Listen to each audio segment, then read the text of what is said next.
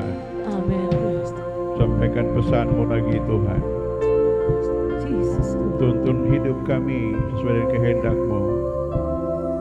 Beri kami hikmat pengertian untuk kami pahami firman Tuhan. Sembuhkan kami yang sakit. Tuntun kami ke jalan-Mu yang benar. Terima kasih Bapa, dalam nama Yesus Tuhan. Amin. Silakan duduk Bapak Ibu. Like, subscribe, bunyikan loncengnya. Terima kasih. Ya, shalom semuanya. Shalom.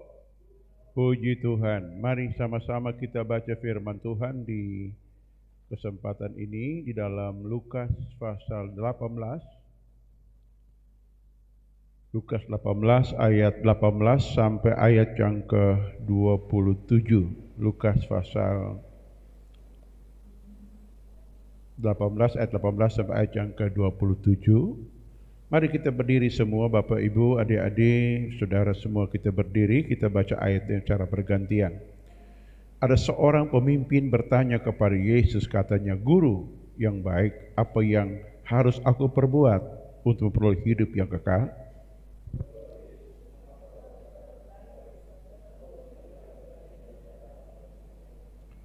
Engkau tentu mengetahui segala perintah Allah, jangan berzina, jangan membunuh, dan jangan mencuri, dan jangan mengucapkan saksi dusta, hormati ayahmu dan ibumu.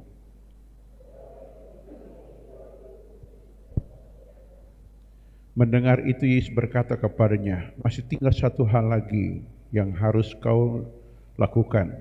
Jualah segala yang kau miliki dan bagi-bagikanlah itu kepada orang-orang miskin, maka engkau akan peroleh harta di sorga.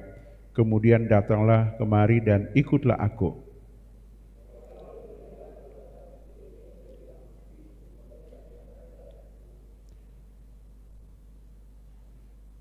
Lalu Yesus memandang dia dan berkata, alangkah sukarnya seorang yang beruang masuk dalam kerajaan Allah.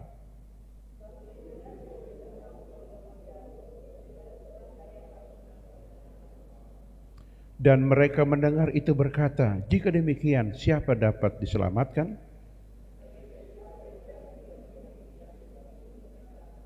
Amin. Silakan duduk kembali, puji Tuhan. Kita dengar firman Tuhan tentang hidup yang dipimpin oleh Tuhan akan memperoleh hidup yang kekal.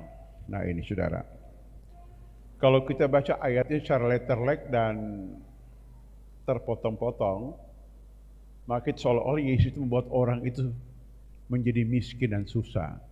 Ya, jadi kalau kita baca ayat ini, kita lihat bahwa orang ini sedih, diperintahkan oleh Tuhan bahwa kamu pergi jual hartamu dan berikan pada orang miskin dan datang ikut aku. Lalu orang berpikir begini, ikut Tuhan kok, Tuhan suka ya orang yang menderita susah. Pesan firman bukan seperti itu dah ayat ini saudara. Nanti kita akan lihat saudaraku, untuk memperoleh hidup yang kekal itu ada hal-hal yang perlu kita tahu. Bahwa tidak boleh di tangan kita genggam keberhasilan yang sudah kita raih saudara.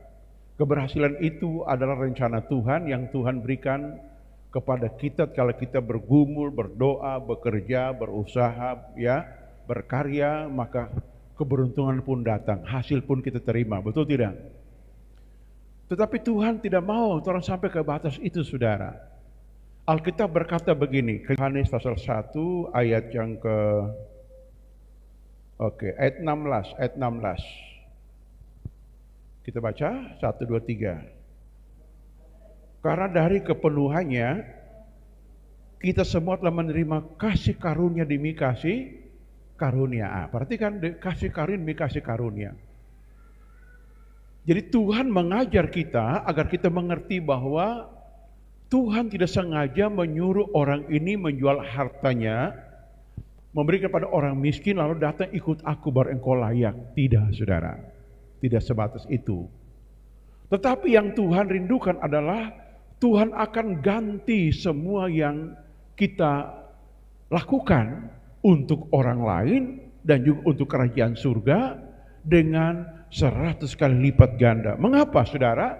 Karena Tuhan membawa kita saudara kepada janji Tuhan. Nah, orang ini saya sampaikan latar belakang dulu saudara supaya kita ngerti saudara. Orang ini seorang pemimpin dan dia berkata sejak muda saya sudah melakukan hukum Taurat. Artinya dia tidak bercacat saudara. Lalu Tuhan berkata ada satu lagi kamu belum lakukan. Apa itu Tuhan? Pergi jual hartamu berikan pada orang miskin. Lalu datang ikut aku. Lalu muncul kepikiran begini. Ikut Tuhan itu harus miskin, harus kita menjadi orang yang tidak punya apa-apa dulu, baru layak di mata Tuhan. Enggak seperti itu saudara. Ya, kalau kita baca lagi di ayat tadi, saudara lihat perhatikan. Kita lihat jawaban di ayat 28 sampai ayat 30. Jawabannya begini. Petrus berkata, kami telah meninggalkan segala kepunyaan kami dan mengikut engkau. Kata Yesus kepada mereka, aku berkata kepadamu sesungguhnya setiap orang yang karena kerajaan Allah meninggalkan rumahnya serta istrinya atau saudaranya, orang tuanya atau anak-anaknya akan menerima kembali lipat ganda pada masa ini juga pada zaman yang akan datang. Ia akan menerima hidup yang kekal. Jadi maksudnya begini ya. Kebenaran hari ini belajar tentang bagaimana kita lepaskan semua yang mengikat hati kita. Apa yang orang pegang di tangan kita, kita mesti lepas agar tangan kita hanya dipegang oleh tangan Tuhan. Mengerti saudara? Nah ini. Kebanyakan begini, dalam segala hal, dalam hal katakanlah dalam hal prestasi. Ketemu orang sudah usia lansia toh, biasa ngomong begini. Saya dulu dipakai Tuhan luar biasa. Wah, dulu penginjilan luar biasa, beginian begitu. Pertanyaannya muncul, sekarang dang?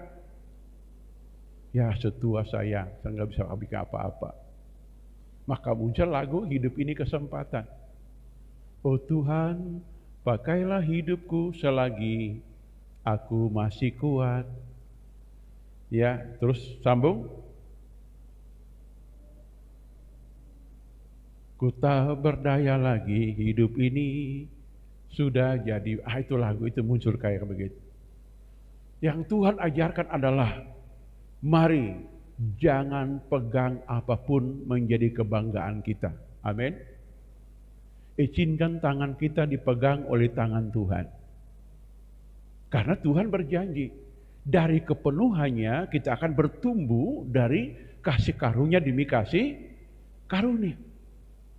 Kalau kita hanya pegang keberuntungan masa lalu, maka keberuntungan masa depan tidak akan tergapai, saudara. Mengerti firman Tuhan ini, saudara? Nah, bukan berarti ayat ini mengajarkan bahwa orang ini tiba-tiba jatuh miskin, tidak, saudara. Yang Tuhan mau yang bersemayam dalam diri orang yang punya harta ini adalah hikmat, kekuatan, dan anugerah Tuhan yang besar. Bilang amin. Dari hikmat kekuatan inilah kita cakap untuk mengatur semuanya. Ya, karena Tuhan berjanji engkau Tuhan akan gantikan pada zaman ini juga. Zaman kapan? Saat Tuhan bekerja melakukan hal-hal yang ajaib. Hukum tabur tuai. Kita lihat saudara di dalam Mazmur 126. Ketika Tuhan memulihkan keadaan Sion, keadaan kita seperti orang-orang yang bermimpi. Terus, pada waktu itu mulut kita penuh dengan tertawa dan lidah kita penuh dengan sorak-sorai. Pada waktu itu berkatalah seorang di antara bangsa-bangsa, Tuhan telah melakukan perkara besar kepada orang-orang ini. Lalu Tuhan telah melakukan perkara besar kepada kita, maka kita bersuka cita. Terus, pulihkan keadaan kami ya Tuhan, seperti memulihkan batang air tanah kering di tanah Negeb. Lalu selanjutnya, orang yang menabur dengan mencucurkan air mata akan menuai dengan bersorak-sorai. Orang yang berjalan maju dengan menangis sambil menabur benih, pasti pulang dengan sorak-sorai sambil membawa berkas-berkasnya. Ini firman Tuhan berkaitan dengan ayat ini, saudara. Bahwa Tuhan memulihkan keadaan kita seperti apa yang kita impikan. Saya sudah pernah khotbah ayat ini. Apa mimpi kita di tahun depan? Apa impian kita, saudara? Ada halangan yang menghalangi mimpi kita untuk meraih sukses. Halangan yang pertama namanya ketakutan. Orang yang hidup diikat di ketakutan, dia tidak akan meraih sukses ke depan. Amin. Halangan kedua itu namanya trauma, gagal. Firman Tuhan mengajarkan kita harus punya mimpi ke depan. Bilang amin. Impian kita apa, saudara? Walaupun mahal, walaupun susah, apa mimpi dulu. Amin. Mimpi kan gak bayar, betul tidak? Gak bayar. Apa mimpi kita? Ini semua akhir tahun, saudara. Apa mimpi kita tahun 2024 ke depan? Mimpi pribadi, mimpi keluarga, mimpi pelayanan, saudara, mimpi pekerjaan, apa yang kita mimpikan. Kenapa, saudaraku? Karena seorang yang memiliki berkat roh kesulungan, dia harus punya impian. Apa mimpimu dalam kuliah? Berapa tahun engkau selesai? Dalam kuliahmu, berapa IPK-mu engkau mimpikan berapa? Itu mimpi dulu. Bilang amin. Betul tidak? Iya toh, taruhkan mimpi kita, saudara. Waktu Yakub lari meninggalkan rumah bapaknya karena kejaran Esau, di tengah jalan dia tidur, dia mimpi. Saudara. Begitupun kita dalam hidup ini, saudara. Saya pun punya mimpi ke depan. Sulit, tidak apa-apa. Nanti yang kedua di ayat tadi dalam Mazmur 126. Pulihkan keadaan kami, bergumul, bermohon anugerah dan pertolongan Tuhan. Amin. Orang punya mimpi, dia akan bergumul, pulihkan keadaan kami ya Tuhan. Seperti engkau memulihkan keadaan sungai kering di tanah Negev. Itu ngomong tentang pergumulan dalam impian kita. Orang yang diurapi roh Tuhan, tapi roh sulung roh, dia punya mimpi dan dia punya pergumulan. Doa, mengerang. Kadang-kadang sampai puasa, saudara. Sampai kurus ini badan. Kenapa? Karena mimpinya. Dia butuh pertolongan Tuhan. Di situ Tuhan mengajarkan, memberi hikmat, memberi strategi, memberikan nasihat, memberikan pandangan. Dalam dunia pekerjaan ada konsultan datang menolong, memberi arahan, memberi pengarahan. Saudara lihat PT Astra umpamanya. Saya punya teman pendeta kerja sebagai konsultan, tim training untuk penjamin mutu, saudara. Jadi orang ini, saudara, punya manajemennya luar biasa, saudara. Sehingga outputnya apa? Punya oto yang hebat, punya motor dijual, laku keras, saudaraku. Itu perusahaan. Ya, kebetulan pendiri itu anak Tuhan. Ini PT Astra ini, saudara, yang jual oto macam-macam, saudaraku. Dalam dunia bisnis pekerjaan. Sekarang kita anak Tuhan, saudara. Yang menjadi penghalang kita maju adalah apa yang kita sudah capai. Kita pegang erat ke anak orang ini, saudara. Dan Tuhan berkata, lebih mudah seekor unta masuk lubang jarum daripada orang kaya masuk surga. Itu bukan perkataan yang tendensius atau sesuatu yang menyakitkan, tidak, saudara. Tuhan ingin mengajarkan bahwa kalau engkau ingin sukses ke depan lagi, lepaskan apa yang kau sudah capai. Dan izinkan tanganmu dipegang lagi oleh Tuhan. Itu maksudnya. Amin. Mengerti? Ini, saudara. Saya pun saya bilang, ini rahasia bagus sih. Ya, toh. Ada orang tidak bisa maju karena dia mabuk dengan keberuntungannya tahun ini. Tahun depan gak maju lagi, sudah. Sampai di sini Tuhan menyertaiku. Senang-senang lahai jiwaku. Usah kerja lagi, usah bertolong Tuhan lagi. Salah saudara. Ya, kita mau katakan kepada Tuhan, Tuhan ini. Jadi kalau kita lihat tadi di ayat yang sudah Mazmur 106 tadi, tunjukkan ulang.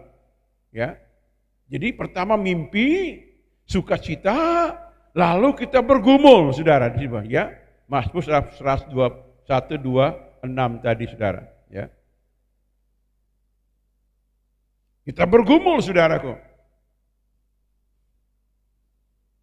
Berdoa, bergumul, saudara. Sampai Tuhan berkenan. Wah, ini hebat, saudara. Tidak ada yang sulit bagi Tuhan. Ya, ada. Berdoa, bergumul. Bahkan dalam Zakaria 4, firman Tuhan mengatakan bahwa ya kita ini harus seperti pipa emas tersambung sampai ke sumbernya. Sehingga dia menyalurkan cairan emas datang kepada kita, saudaraku. Nah ini. Ayat 4 tadi ya, lalu kita bertindak sudah apa yang kita berdoa. Jadi kita berdoa, bergumul, bersyafaat, lalu kita lakukan apa yang kita kerjakan, apa yang kita mimpikan. Di sini disebutkan. Ayat 6 lompat ke bawah, Mazmur 126. Orang yang berjalan maju dengan menangis sambil menabur benih, pasti pula dengan sorak-sorai sambil membawa berkasnya. Berjalan maju, saudara, enggak tinggal tempat, mesti maju. Pelayanan kita ke depan mesti lebih maju lagi. Ya, jangan kita mabuk euforia Desember, tiap malam pohon terang. Lalu makan lupa diri. Minum juga lupa diri, Coca-Cola, Fanta, campur kiri kanan. Kita orang-orang spesial di mata Tuhan, amin. Berkat Tuhan berlimpah-limpah. Ini pemerintah kota mau kasih daging lagi nih. Satu keluarga 1 kilo, tidak apa-apa. 35.000 kepala keluarga di kota Bitung ini. Dikasih daging. Ya. Besok gerian pasar murah lagi. Untuk ya tidak boleh, karena kemahalan di pasar-pasar sekarang. Belanja 1 juta cuma ikan berapa ekor. Mahal, naik.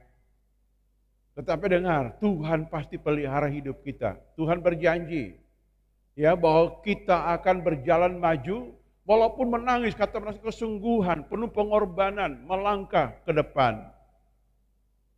Ya, atau Jerry Sanger khotbah Natal itu, menjadi gembala itu susah, ya betul. Tidak gampang orang bayangkan. Enak jadi penginjil, tinggal doa, puasa 1 hari sudah nginjil ke sana kamari. Habis bla bla bla pulang tidur. Jadi gembala susah, saudara. Tidak susah juga kalau kita merasa dipanggil Tuhan. Dan kita punya impiannya apa? Kita bergumul dan Tuhan pasti tuntun kita ke depan. Amin. Dalam pergumulan itu harus punya nasar. Kayak Hana bernasar. Jika Tuhan memberikan aku anak, ku persembahkan anak ini kepadamu. Itu Hana bernasar. Yakub bernasar. Jika Tuhan memberkati aku, menyertai aku, 1/10 aku berikan kepadamu. Itu nasar Yakub. Saudara. Dari nasar itu maka apa yang kita impikan itu akan terjadi dalam pengertian bahwa kita akan memakai nasar itu menjadi modal untuk kita melangkah ke depan. Melakukan pekerjaan Tuhan. Amin. Nah ini. Jadi kita lihat sini saudara. Jadi enggak boleh apapun yang merajai hidup kita selain Tuhan. Katakan amin. Karena Tuhan cemburu. Orang ini hukum-hukum lain dia sudah lakukan. Tetapi ada kekuatan lain yang mengikat batinnya, namanya roh ketamakan. Namanya roh mengandalkan kekuatan harta yang dia punya. Alkitab mengajarkan jangan bersandar kepada hartamu. Bukan berarti harta tidak penting, sangat penting juga untuk menopang kegiatan kita, aktivitas kita. Tetapi dengar, yang perlu kita bersandar adalah kita bersandar kepada Tuhan. Itu maksudnya. Galatia 2 ayat 20 kita baca. Galatia pasal 2 ayat 20. Apa prinsip firman Tuhan?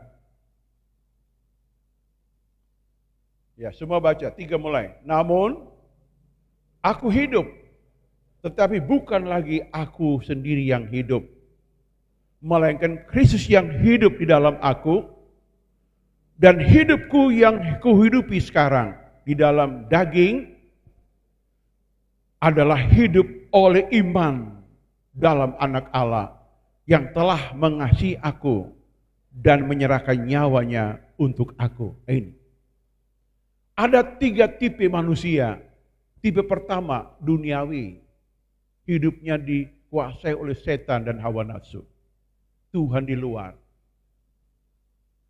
Tipe kedua, Kristen abu-abu, Kristen lau-lau, saudara. Terima Tuhan, tetapi Tuhan tidak memimpin hidupnya. Firman Tuhan gak memimpin hidupnya. Roh Tuhan tidak memimpin hidupnya. Yang memimpin adalah hawa nafsu dan egonya, saudaraku. Tipe ketiga adalah orang Kristen yang sepenuhnya tunduk taat kepada pimpinan Tuhan, firman dan Roh Kudus. Keturunan Set, saudara. Dari Set lahirlah Enos.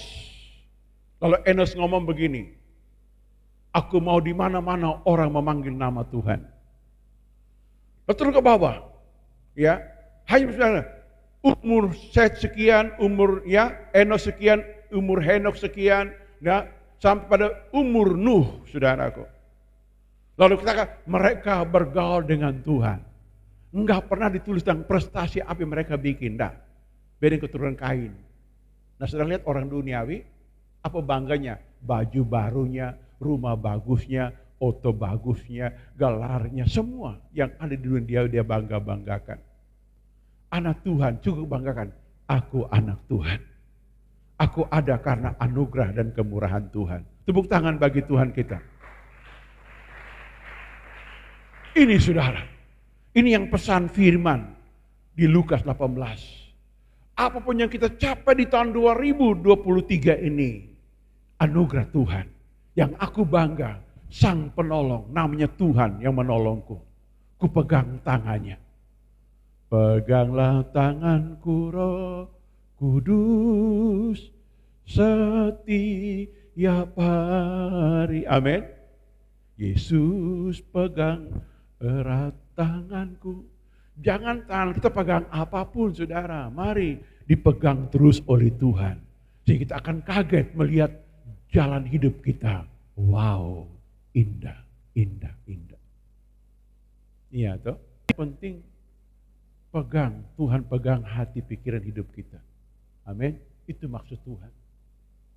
Kalau kita cepat puas dan kita tinggalkan Tuhan dan kita hanya kebanggaan melekat di batin kita, sampai di situ berkat Tuhan itu cuma itu.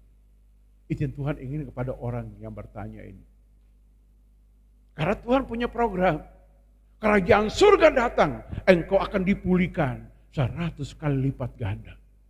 Jangan lihat kekurangan kita, lihat Tuhan yang hebat, Sang pemberi mujizat, Sang pemberi hikmat, Sang pemberi kekuatan, Sang pembuka pintu, Sang anugerah yang menyatakan dirinya kepada kita. Bila amin. Satu ketika seekor semut kecil, saudara, semut merah. Dia duduk-duduk dan merenung. Semut ini makhluk yang sangat bijak, saudara, dan rajin bekerja, dan paling kaya. Salomo punya guru, dosen ekonomi, namanya semut. Orang Manado bilang Bivi. Nah, gitu. Semut duduk, merenung, dan berkata, bagaimana aku lakukan perkara besar? Tubuhku sangat kecil dan halus. Bagaimana aku bisa merobohkan jembatan itu? Dia berpikir, gampang aku lakukan. Cara seperti apa? Saya tunggu gajah lewat, seekor gajah besar, dia berjalan, ya, saudara. Dan dia ingin lewat jembatan itu. Semut berlari, saudara, berlari sangat cepat. Dan dia masuk ke telinga gajah, saudara. Dia belum gigit telinga gajah, saudara. Dia tunggu gajah persis di atas jembatan kayu ini. Dia gigit. Kuat-kuat telinga gajah. Gajah meronta-ronta, saudara. Dan jembatan pun roboh. Ketika jembatan roboh, semut pun keluar dari telinga gajah berkata begini, "Gajah, aku lihat engkau melakukan perkara besar." Saudara lihat, semut lari meninggalkan zona nyamannya. Dan dia pergi kepada gajah yang punya kekuatan besar. Dan dia menggigit erat telinga gajah ini. Dan gajah meronta-ronta kesakitan. Jembatan pun roboh. Apa makna pesan ini, saudara? Kita nggak punya kekuatan, nggak punya pengaruh. Tapi orang punya Tuhan yang hebat. Berteriak erat ke telinga Tuhan. Dan Tuhan akan berkata, "Ya, aku turun tangan menolong engkau." Perkara besar pun terjadi. Bilang amin. Saya baca dalam firman Tuhan, orang-orang yang mantan narapidana, katakan dia Yusuf, katakan dia Daniel pernah masuk gua singa, saudara. Mereka bererat hubungan dengan Tuhan, ya bergaul erat dengan Tuhan, saudaraku, sehingga Tuhan melakukan perkara besar kepada orang-orang ini. Itu artinya pergumulan tadi, saudara. Di tahun 2023 banyak kenangan manis kita lewati bersama Tuhan. Ada yang bersyukur kepada Tuhan di bulan Desember ini. Saya melihat wajah saudara dalam keceriaan perayaan Natal setiap FC yang ada. Tapi saya akan percaya tahun depan orang lebih hebat lagi bersama Tuhan. Tepuk tangan yang percaya. Amin. Saudara. Yang penting apa yang telah sudah capai, jangan kita bangga-banggakan. Boleh bangga, jangan berlebihan. Kebanggaan kita lah Tuhan sang sumber segala kasih karunia. Dia yang pegang hati kita, dia yang pegang tangan kita, dia yang mengatur langkah kita. Percayalah, Tuhan berjanji menolong kita. Bilang amin. Dan kemustahilan Tuhan bekerja dalam diri kita.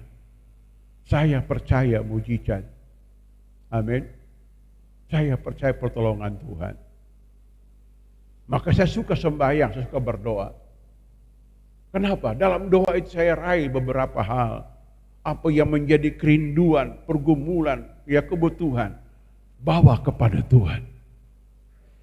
Apa yang telah sudah capai, biarkan saja dia berlalu. Itu bersama Tuhan kemarin.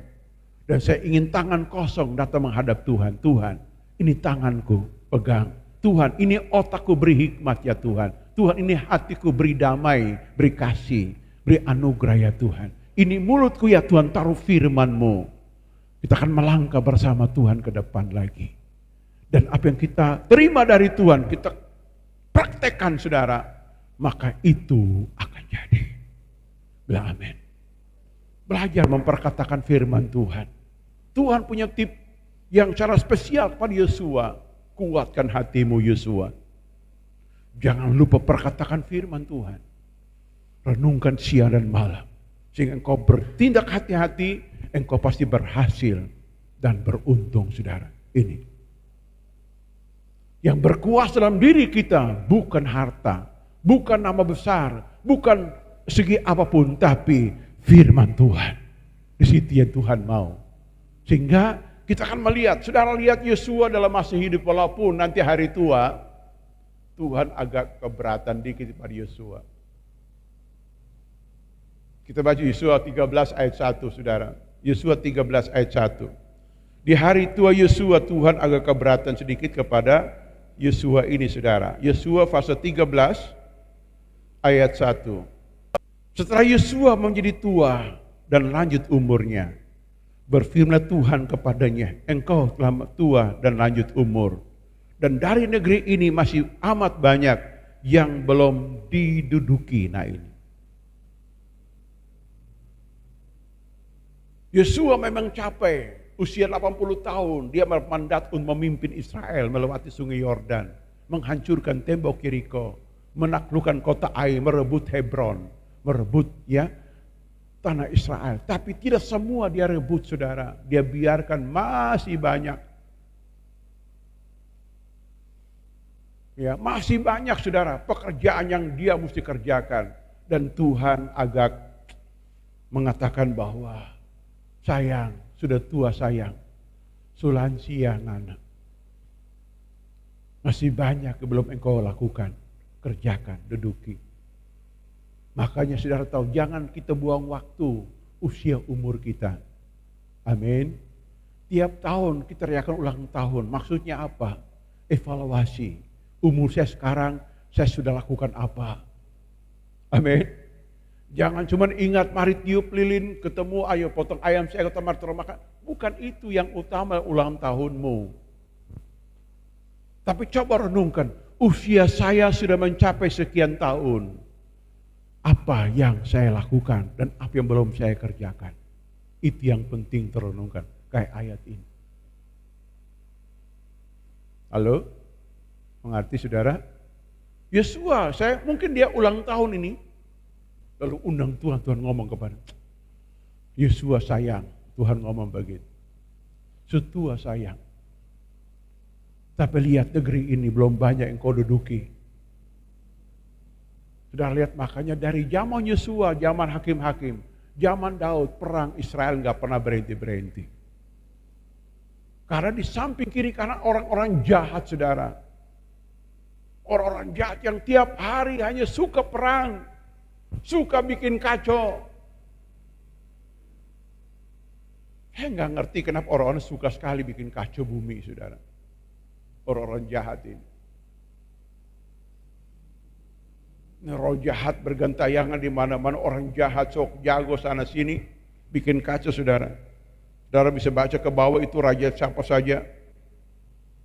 Dibiarkan Yesua hidup begitu saja karena dia memang sudah tua, nggak bisa lagi. Karena itu pesan firman Tuhan saudara untuk kita di hari ini. Kebetulan juga ini bulan-bulan terakhir ya di tahun 2023. Apa impianmu untuk ke depan? Apa yang menjadi kebanggaanmu lepaskan, biar engkau hanya bangga kepada Tuhan. Engkau merindukan hikmat Tuhan, Tuhan tuntun aku hikmat-Mu ya Bapa. Saya ketemu banyak orang kaya waktu-waktu lalu. Mereka ngomong begini, pendeta, kita menyasar. Siapa? Kalau kita ketemu pendeta itu masih saya kaya dulu. Kita bisa bangun gereja yang bagus, pendeta bisa pakai. Saya ngomong begini, justru engkau ketemu Tuhan, engkau lebih bagus daripada masa lalu. Kalau engkau mengerti. Tapi masa lalu hanya kebanggaan, gak ada arti apa-apa masa depan. Kalau dulu Tuhan menyertai kita, masa depan pun Tuhan akan menyertai kita. Amin. Betul tidak? Ya, karena dia berpikir begini, saya dulu jaya dalam bisnis umpamanya. Jatuh miskin dan bangkrut, ketemu pendeta, dilayani. Dan dia berpikir, tidak mungkin saya seperti dulu lagi, mau jaya. Itu pikiran yang keliru, saudara. Amin.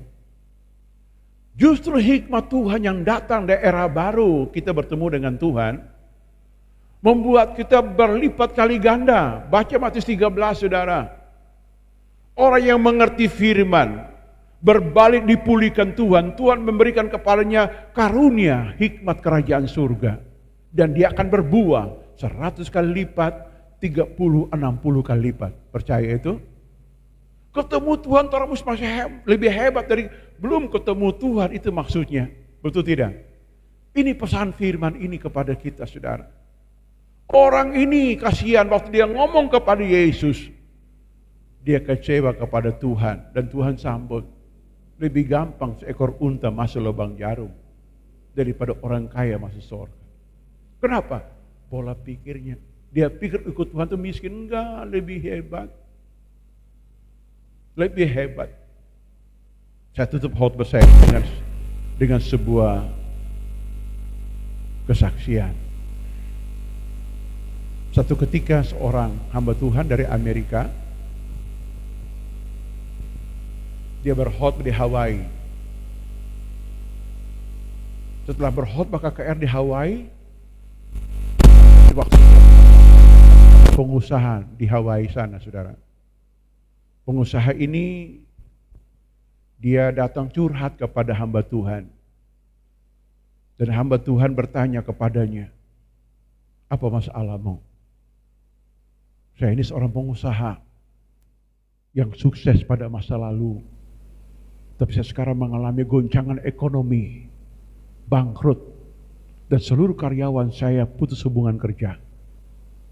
Saya susah dan banyak utang.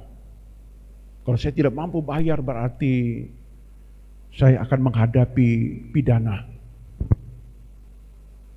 Lalu si pendeta tanya kepada pengusaha begini, kamu berjemaat di mana?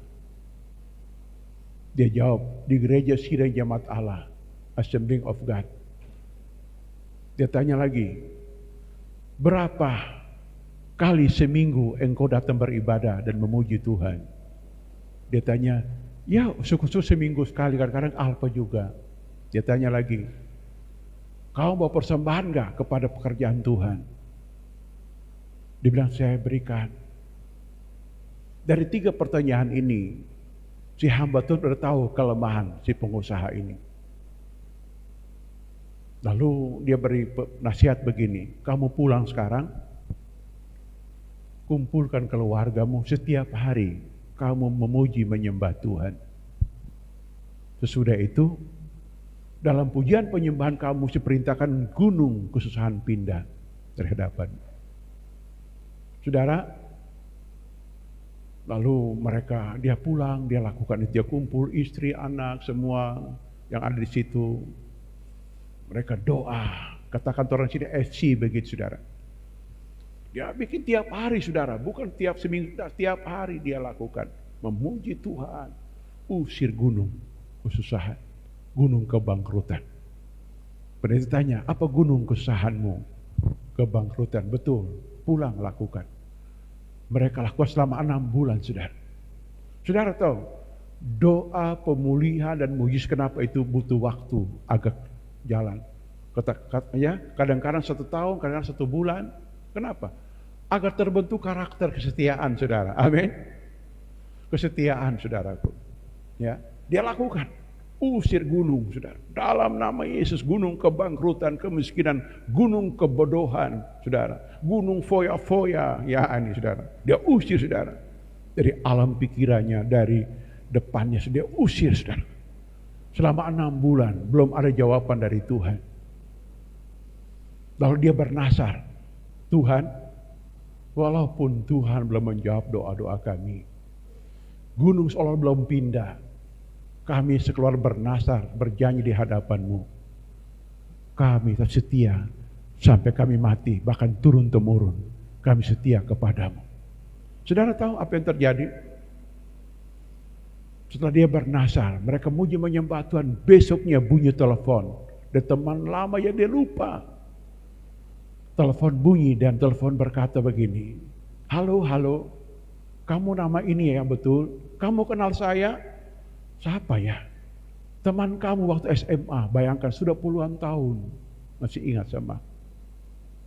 Saya sekarang di sini punya proyek, boleh kamu ambil beberapa proyek yang saya tawarkan. Saudara tahu, kamu bersedia, dia taruh teleponnya.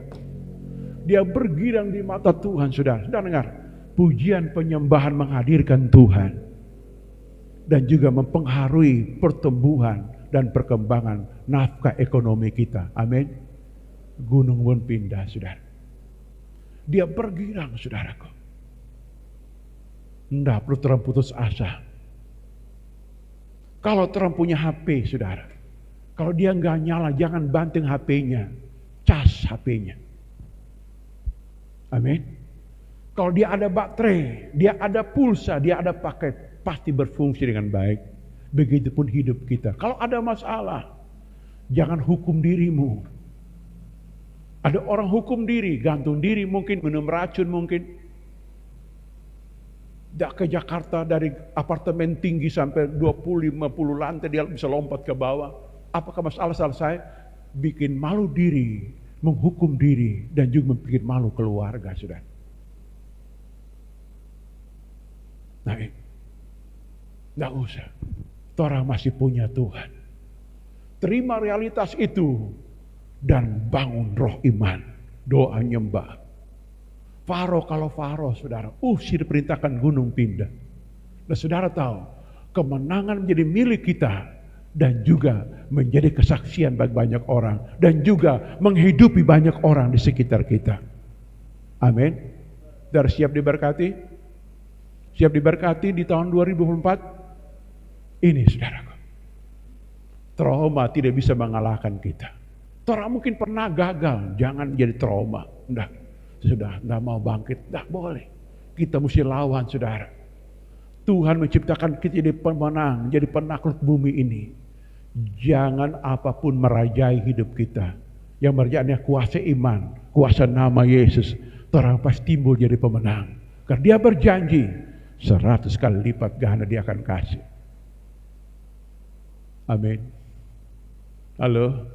Sehingga orang muda bersaksi, dulu saya gagal. Dulu saya begini. Sekarang bersama Tuhan, aku cakap menyelesaikan segala perkara. Kalau ada masalah, Tuhan janji menolongku.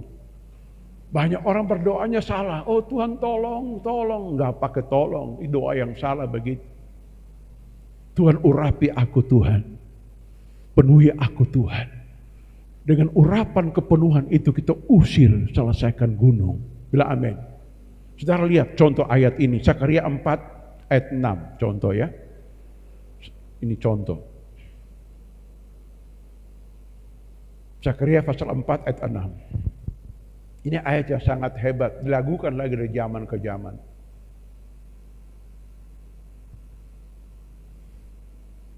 Zakaria pasal 4 ayat 6. Maka berbicaralah ia katanya, inilah firman Tuhan kepada Zerubbabel bunyinya, bukan dengan keperkasaan, bukan dengan kekuatan, melainkan dengan rohku firman Tuhan semesta alam. Terus ayat 7. Siap engkau gunung yang besar, di depan Zerubbabel engkau menjadi tanah rata. Ia akan mengangkat batu utama sedang orang bersorak. Bagus sekali batu itu. Terus kemudian telah firman Tuhan kepadaku demikian. Terus ke bawah lagi. Tangan Zerubbabel telah meletakkan dasar rumah ini, dan tangannya juga akan menyelesaikannya. Maka kamu akan mengetahui bahwa Tuhan semesta alam yang mengutus aku kepadamu. Ini saudara. Tatkala kita memuji menyembah Tuhan, merenungkan firman-Nya, saudara pulang dan janji kepada dirimu dan keluargamu, mari kita doa rajin di tahun 2024 dan usir gunung kesusahan. Amin. Iya toh. Punya usaha karyawan kepala batu, usir batunya, jangan usir orangnya. Pasti batunya pergi. Orang enggak jujur, usir roh penipuan, roh kemunafikan, usir pergi. Itu kita punya otoritas. Ada seorang bernama hamba Tuhan Charles Finney, saudara. Charles Finney ini kalau doa di gunung. Apa yang dilakukan di gunung? Dia doa suara yang besar-besar, kuat. Dia doa peperangan. Dia usir setan-setan di atas. Kalau dia masuk ke kota, masuk ke pabrik, orang nangis histeris. Nah dia doa, cuma jalan begitu. Orang nangis histeris, saudara. Karyawan kerja enggak jujur, nangis itu dilawat Tuhan di pabrik-pabrik, saudara. Saudara lihat. Roh jahat bisa berusaha mengelabui dan ingin menghancurkan usaha kita. Tapi dalam diri kita ada otoritas ilahi. Lawatan Tuhan yang besar. Saya belajar menyelesaikan masalah umat manusia dalam jemaat, dalam diri banyak orang. Dengan cara bagaimana? Kalau lihat orang bersalah, ampuni saja. Dan waktu kita menyembah Tuhan, orang itu akan dilawat oleh Tuhan, dibebaskan. Roh jahatnya terbang pergi, saudara. Amin. Mengapa? Musuh kita bukan darah daging, roh jahat, saudara. Tatkala sesuatu merajai hidup kita, menghalangi kita bertindak dalam nama Tuhan. Bilang amin. Ya, toh? Sederhana cara ini, saudara. Ya, cara ini. Jadi kitalah menjadi pemenang. Katakan amin. Kesimpulan firman Tuhan di hari ini, pertama, Tuhan mau orang sukses. Bila amin. Yang kedua, jangan sukses menjadi kebanggaan. Apalagi pemujaan hidup kita, jangan. Hanya Tuhan yang kita puji sembah, jadi kebanggaan kita. Katakan amin. Yang ketiga, mulai engkau impikan apa yang kau mau lakukan ke tahun depan. Yang keempat, bersekutu, terima amunisi ilahi. Wujudnya apa? Urapan, hikmat, kuasa, kekuatan, pengetahuan, kebijaksanaan. Yang kelima, usir, pindahkan gunung-gunung di hadapan kita. Dan yang keenam, selamat, berhasil dan sukses di waktu yang akan datang. Amin. Mari terdatang ke Tuhan di hari ini. Indah rencana-Mu Tuhan di dalam hidupku. Aku tak tahu dan ku tak mengerti semua jalan-Mu. Dulu ku tak tahu Tuhan, berat ku rasakan, hati menerima dan ku tak berdaya menghadapi semua. Tapi ku mengerti sekarang, Kau tolong padaku.